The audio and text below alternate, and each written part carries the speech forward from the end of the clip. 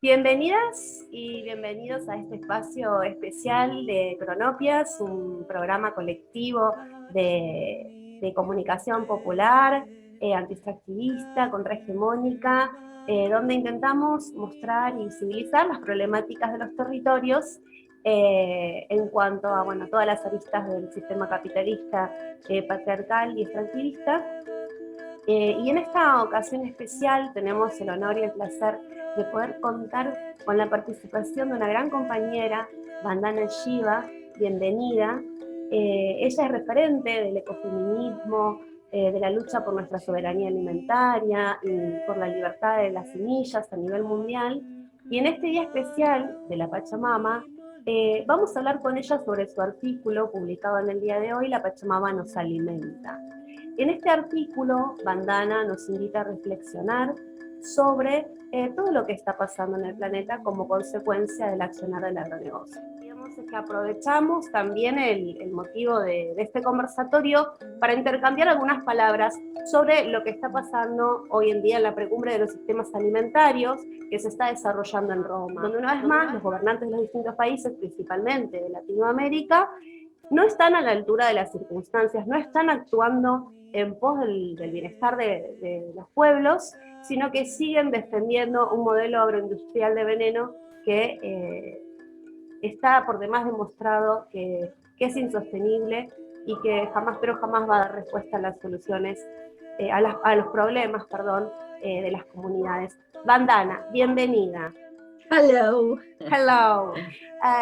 Realmente ha sido muy decepcionante ver a los representantes de los distintos países, como decíamos recién, defender con capa y espada al modelo agroindustrial sin aceptar ni siquiera las consecuencias que se ha demostrado por demás que tiene este modelo sobre los cuerpos y los territorios.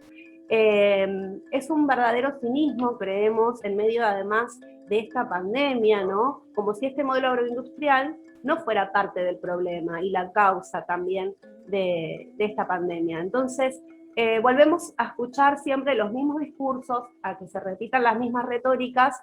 ¿Y cuáles son, en este caso, tus impresiones sobre la precumbre? I think the problem is not merely that the governments are repeating the falsehoods about the necessity of industrial agriculture in spite of all the harm it has done. It has destroyed Argentina. It has destroyed Amazon. What is destroying the Amazon but a GMO soya empire?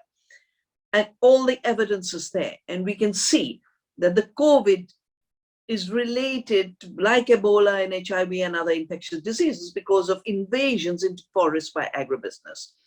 Through the COVID crisis, we have also seen that this industrial food system has made people more vulnerable because it is not food. It is just stuff. It looks like food, but it is not ecologically food in the terms of nourishing us. But the bigger danger of this pre-summit and the food summit is that it has been hijacked by the billionaires who see food merely as a source of trillions of dollars of profits like they made from software. And now the poison cartel has joined hands with big technology. And Bill Gates particularly is playing the lead in hijacking the summit. So the future dangers that they're trying to write into laws add to the past harms. And that is the danger of this pre-summit. Vandana, segunda pregunta. En el artículo que escribiste para Postpandemia, vos señalás un dato central, que es que el 75% de las tierras disponibles para la agricultura están en manos de medianos y grandes capitales. Pero que ese 25% restante, que son campesinos y familias agricultoras, producen el 80% de alimentos biodiversos.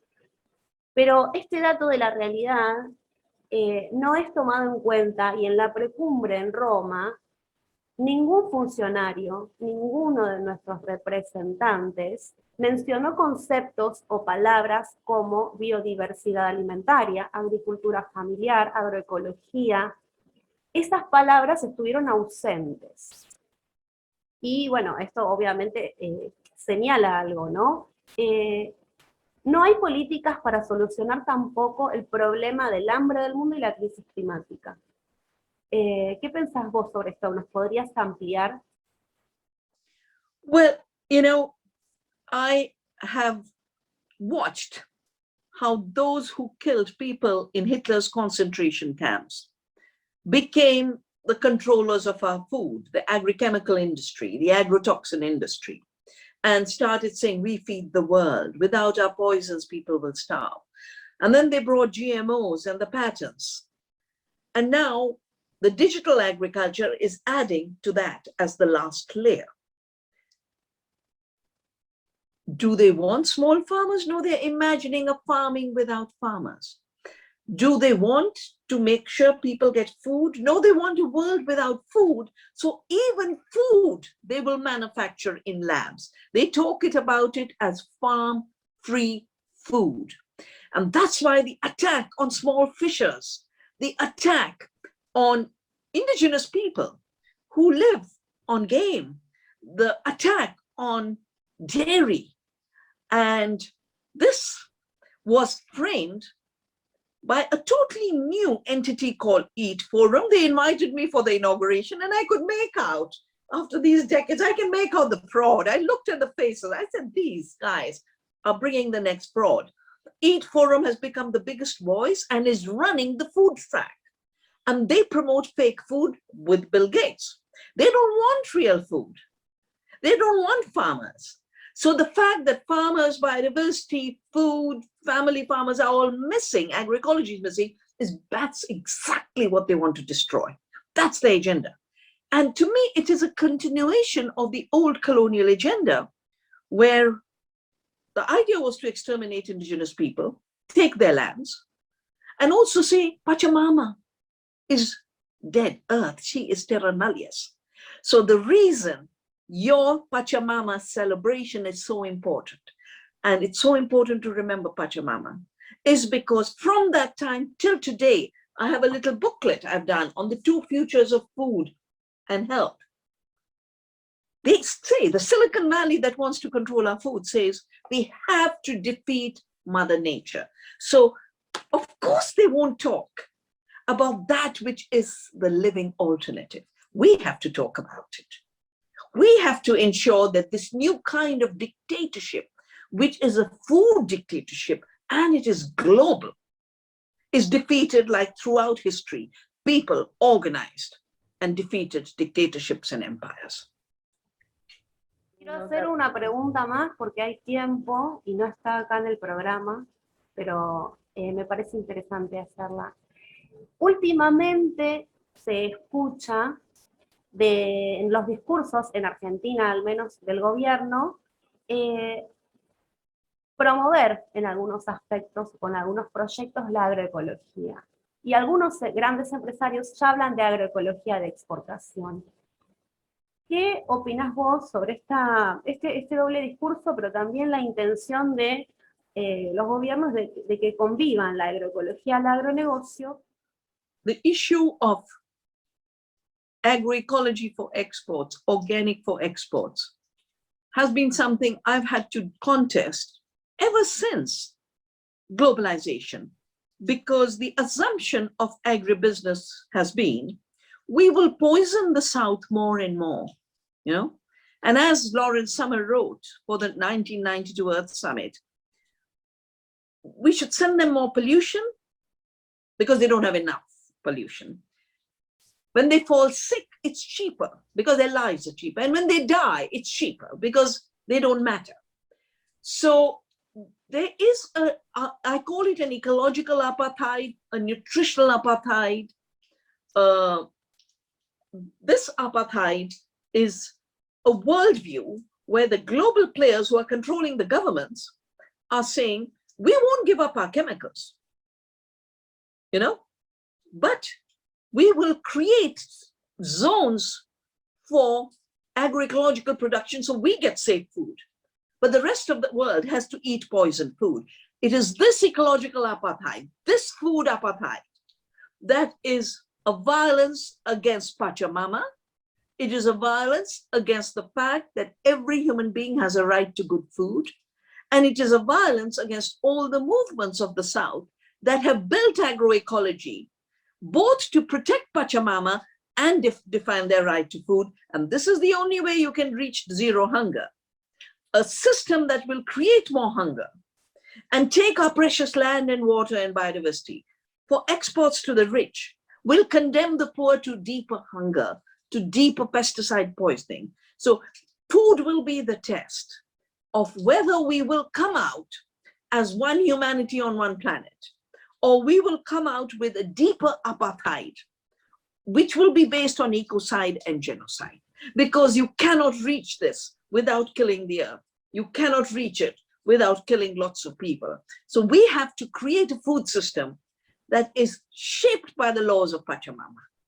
And I would like to greet everyone on Pachamama Day and to say, let's just stand by her, take her instructions, listen to her. And that is what will give us the power to fight the greedy agribusiness and the corrupt governments that want to be in service of them, even though they were voted to power by us. So this is also a political apartheid, where those who vote for governments don't have a voice with those governments, and those who never voted for them are controlling them. This is the crisis of democracy we are facing, and we have to build Earth democracy, and Earth democracy is democracy according to Pachamama. En tu artículo, vos también señalás el lado de la esperanza y dejás un mensaje muy importante, sobre todo para la juventud, ¿no? Que es la importancia de los pequeños actos en los territorios, lo que cada uno puede ir tejiendo en redes, en comunidad, dar pequeños pasos, y lo que vos llamás, volver a los tiempos de la tierra, recuperar nuestro poder, volver a esa democracia de la tierra, y vos le llamás revolución de la simplicidad. Nos gustaría que para cerrar la entrevista puedas dejar un mensaje profundizando un poco más sobre este concepto hermoso, muy bello, y que creo que nos puede servir como puntapié, ¿no? Como horizonte, esto de la revolución de la simplicidad. Nos gustaría irnos con este concepto y con un poco más de esta propuesta. So this beautiful earth Pachamama has given so much. She has created abundance. And that abundance is to be shared by every life form, not just by every human being, but all the insects and the birds and the butterflies and all the soil organisms and all the rivers and the trees and the forests, because food is what connects all of this. Pachamama's currency is food and life. The market currency might be money, and in the future they want to have cryptocurrency, but they can keep cooking up, but Pachamama will keep flowing her currency. So Pachamama creates abundance. And when we live according to her laws, we live simply, we take what we need, and we live a good life, as all indigenous people have lived. Otherwise, they wouldn't have created the cultures, the foods, the biodiversity, the clothing, the music that is typical of indigenous cultures. The industrial colonial capitalist system creates scarcity. And through creating scarcity, and it creates scarcity in two ways. First, it takes what doesn't belong to them, the land, the seeds. Second, they prohibit you from doing your own thing. My commitment to the seed began when the corporation said we won't let farmers save seeds. I said, no, we will save seeds. We will listen to Pachamama. We will not listen to you. And we will save the seeds. And we created Vandana, the movement for seed saving. So by preventing farmers from saving seeds, they created seed scarcity. Farmers get into debt. Farmers have to buy their Roundup Ready. Farmers get poisoned. Farmers get cancer. Farmers die of suicide. The third way in which they create scarcity, which is in my article, is they've created the illusion we produce more, we give more yield. But actually, they only produce extractive commodities. Pachamama and the economy of the earth is very, very little. And nothing is left for her. Nothing is left for other beings. So they leave hunger. They leave poisons. And to create an economy of abundance again, we have to begin with our small steps. We have to begin by first remembering we are part of Pachamama. She is not our property. She is not our slave. She is our mother. Second, we have to do what she asks us to do, which is cultivate life. The big money wants money. It's our work to cultivate life. And if we can continue to do that with deep love and deep resistance, and the two go hand in hand in mind, self-rule, self-governance, and resistance to say no. The satyagraha, refusal to obey bad laws, they go together. I do this because Pachamama tells me to do it, and therefore I will refuse to obey your laws. That is where our strength will come. At least for me, for 50 years, this has been my guidance. I take instruction from Pachamama, and from her instruction and her power, I tell the greedy scarcity creators, famine creators, hunger creators, poverty creators, get out of our way. We will not let you into our lands, our homes, our valleys, our regions. That commitment from deep love and deep trust in Pachamama is what we need. And it doesn't take much, because surely we must love her, and then she will give abundance in return. Bueno, vamos cerrando. Thank you very much, Vandana. Sorry for my Thank English. No, you should never apologize for your language. Never apologize. I should say, sorry, the British colonized us and I speak English. Okay. I shouldn't be speaking. Yes, it's true. Desde ya, muy esclarecedor todo lo que pudimos conversar en este tiempo. Está claro, por un lado, cuáles son los problemas y cuáles son las soluciones que vienen desde los pueblos. Está claro también que en esta precumbre y en esta cumbre los pueblos no estarán representados, ni nuestros derechos, ni los derechos de la naturaleza. Ha sido decepcionante el rol que están teniendo los funcionarios y las autoridades de los países, sobre todo de Latinoamérica, pero como contraposición queremos rescatar que ha sido muy emotivo y muy inspirador la gran movilización de los pueblos en esta contraprecumbre, ¿no? De manera online, por supuesto, por el contexto de la pandemia, pero toda esta gente en todo el mundo que se ha movilizado para dejar claro este mensaje, ¿no? Nunca más van a decidir en nuestro nombre. No en nombre de la agricultura, no en nombre de la tierra, van a decidir los funcionarios y los poderes mundiales, estas familias filantrópicas también, sobre qué hacer con nuestros cuerpos y territorio.